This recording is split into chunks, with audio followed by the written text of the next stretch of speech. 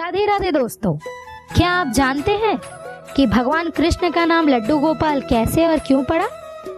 दरअसल ब्रज भूमि में भगवान श्री कृष्ण के एक परम भक्त रहते थे। उनका नाम था कुंभन दास। कुंभन दास का एक पुत्र भी था, रघुनंदन।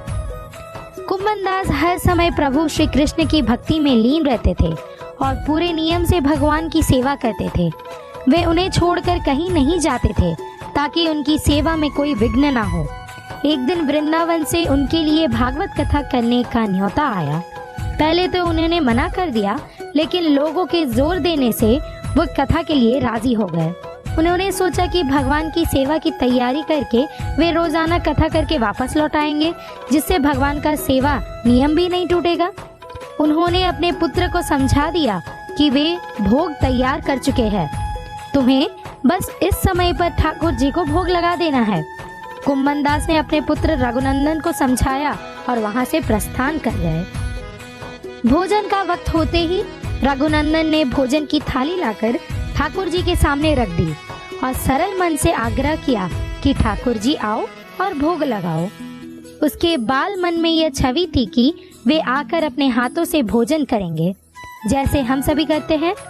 उसने बार बार ठाकुर जी से आग्रह किया, लेकिन भोजन तो वैसे का वैसा ही रखा रह गया। अब रघुनंदन उदास हो गया और रोते हुए पुकारा कि ठाकुर जी आओ और भोग लगाओ। जिसके बाद ठाकुर जी ने एक बालक का रूप धारण किया और भोजन करने बैठ गए। यह दृश्य देखकर रघुनंदन भी प्रसन्न हो गया। रात को जब कुंभन दास जी ने लौटकर पूछा, बेटा तुमने ठाकुर जी को भोग लगाया था? रघुनंदन ने कहा, हाँ। उन्होंने प्रसाद मांगा तो पुत्र ने कहा कि ठाकुर जी ने सारा भोजन खा लिया। उन्होंने सोचा कि बच्चे ने भूख लगी होगी तो उसने सारा भोजन उसने ही खा लिया होगा। अब तो ये रोज का नियम हो गया कि कुंभन दास जी भोजन की थाली लगाकर जाते और रघुनंदन ठाकुर जी को भोग लगाते। और जब वे वापस लौटकर प्रसाद मांगते तो एक ही जवाब मिलता कि ठाकुर जी ने सारा भोजन खा लिया। कुंभन दास जी को अब लगने लगा कि पुत्र झूठ बोल रहा है। कुंभन दास जी ने एक दिन लड्डू बनाकर थाली में सजा दिए और छिपकर देखने लगे कि बच्चा क्या करता है।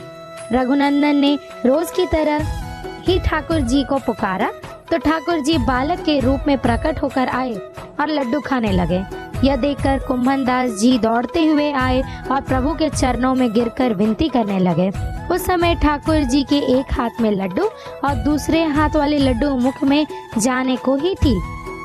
उसके बाद से ही उनका इस रूप का नाम लड्डू गोपाल कहलाने लगा।